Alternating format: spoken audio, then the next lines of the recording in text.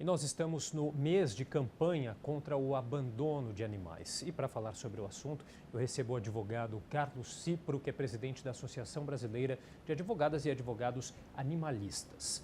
Tudo bem, Carlos? Obrigado pela presença. Tudo bem, boa tarde. Boa tarde. Carlos, vamos lá, ainda falando sobre essa questão dos fogos de artifício, né? Qual que é a importância de uma atitude como essa da Prefeitura, que vai realizar agora esse ano a festa de final de ano na Paulista, sem os fogos com estampido, né? Com os fogos que fazem barulho. Lembrando que segue essa orientação, segue a lei municipal aprovada aqui na Câmara pelos vereadores, que é o projeto de lei do vereador Reginaldo Trípoli, do vereador Mário Covas Neto, também do vereador Abouane, que foi aprovado esse ano, mas que ainda aguarda aí a regulamentação do Executivo. Então,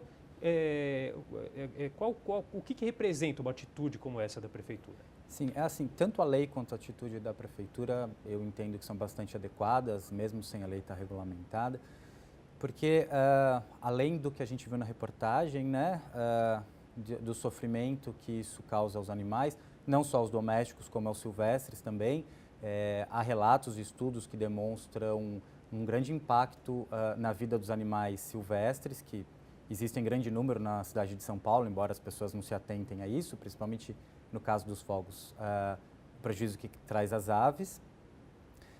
Eu acredito que essa lei, o principal ponto dela é que ela traz no bojo dela o interesse dos animais de não serem mortos, não sofrerem com esse estampido, à frente do interesse humano por mera diversão. Então, quando a gente coloca na balança um interesse legítimo desses animais de não sofrerem, eles têm que pesar mais do que o interesse por mero entretenimento do ser humano. Bom, a gente passou agora há pouco no começo do mês, né, pela Semana Internacional do Direito Animal, né? Infelizmente a gente teve também recentemente aquele episódio, triste episódio do cachorrinho, o Manchinha, né, que foi brutalmente aí agredido por um vigilante de um supermercado em Osasco, acabou morrendo. Esse caso aí ainda está em investigação, né? O inquérito deve ser concluído ainda essa semana. Qual que é a pena, né, hoje para quem comete o crime de maus tratos contra animais? No caso, o estabelecimento, aí, no caso do supermercado, também pode ser responsabilizado? Sim, o crime de maus tratos ele é previsto na Lei de Crimes Ambientais, a Lei 9.605, no artigo 32. A pena de fato é baixa, porque ela acaba se subsumindo à Lei 9.099, que fala da transação penal, das leis de menor potencial ofensivo. O que é um pouco, o que a gente não concorda muito, porque é um crime que normalmente envolve extrema violência. Então, é difícil para o cidadão entender por que seria um crime de menor potencial ofensivo. Mas como ele tem pena de 3 meses a 1 ano, ele acaba entrando nessa classificação e a pena, no final das contas, acaba sendo cesta básica, prestação de serviço à comunidade, o que dá uma certa sensação de impunidade. Em relação à empresa, tanto a empresa de segurança quanto o hipermercado, eles podem sim ser responsabilizados de acordo com o artigo 2º da mesma lei, que fala da responsabilização das pessoas jurídicas quando essas concorrem para o crime. Então, o estabelecimento pode ser penalizado sim, com diversas sanções, desde multa, passando até em determinados casos, até pelo fechamento, dependendo de como foi como a pessoa jurídica concorreu para o cometimento do crime ambiental. E a gente teve agora, né, recentemente também, aí a aprovação da Câmara dos Deputados e também do Senado, que aprovaram aí um projeto de lei que aumenta, né, essa pena aí em caso de maus tratos contra animais. Passa aí para de 1 ano a 4 anos, de 1 né, a 4 se eu não me engano. anos, isso. E também ela ressalta essa questão da penalidade para o estabelecimento, né, que cometer esse tipo de crime. Na sua visão, essas mudanças são suficientes? Na verdade, assim, a gente já estudou um pouco tempo que houve para isso, a gente, na nossa associação e outras entidades também já estudaram esse projeto de lei. Ele peca em alguns pontos. Primeiro que, claro, o aumento às vezes pode parecer um ganho, mas na verdade ele continuaria entrando na questão da suspensão condicional do processo, mas ok, isso poderia até ser justificado. A grande questão é que assim, já existia a caracterização, a responsabilização da pessoa jurídica. Talvez essa especificação para o caso de maus tratos possa até trazer um malefício. Por quê? Porque você acaba deixando de aplicar a pena que já existia, a pena genérica que já existia. E a questão que mais nos preocupou mesmo é que, assim, a gente tem uma bancada ruralista muito forte, né? Que não ia deixar isso passar em vão. Por quê? O artigo 32 da Lei de Crimes Ambientais, ele não diferencia para quais animais ele se aplica. Então, um senador que faz parte dessa bancada que defende os interesses dos ruralistas aproveitou esse projeto de lei para colocar um jabutizinho ali, como o pessoal costuma dizer, né? E simplesmente excluir do crime bois e cavalos.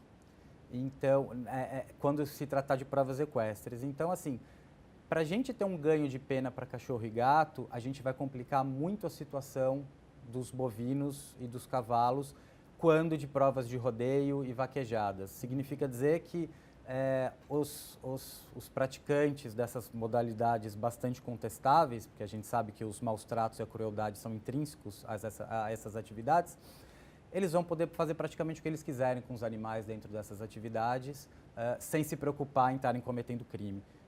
Então, na nossa visão, na tentativa de melhorar, um senador foi lá e acabou piorando bastante a situação. Então, na verdade, esses projetos têm que ser analisados com muita calma e com frieza, sem deixar que a empolgação do momento nos faça apoiar qualquer coisa que tenha manchete bonita. Tá né? certo. Bom, a gente vai fazer um rápido intervalo. O Dr. Carlos Cipro continua com a gente no próximo bloco. Estamos de volta com o Jornal da Câmara e eu continuo conversando com o advogado Carlos Cipro sobre direito animalista. Doutor, a gente também está na semana, aliás, no mês, né, de campanha contra o abandono animal. E aí, com a chegada das férias, fim de ano, muita gente viaja, a gente sabe que cresce o número de abandono animal, né? Quem abandona um cachorro, um gato, enfim, o seu animal de estimação, também pode ser penalizado judicialmente?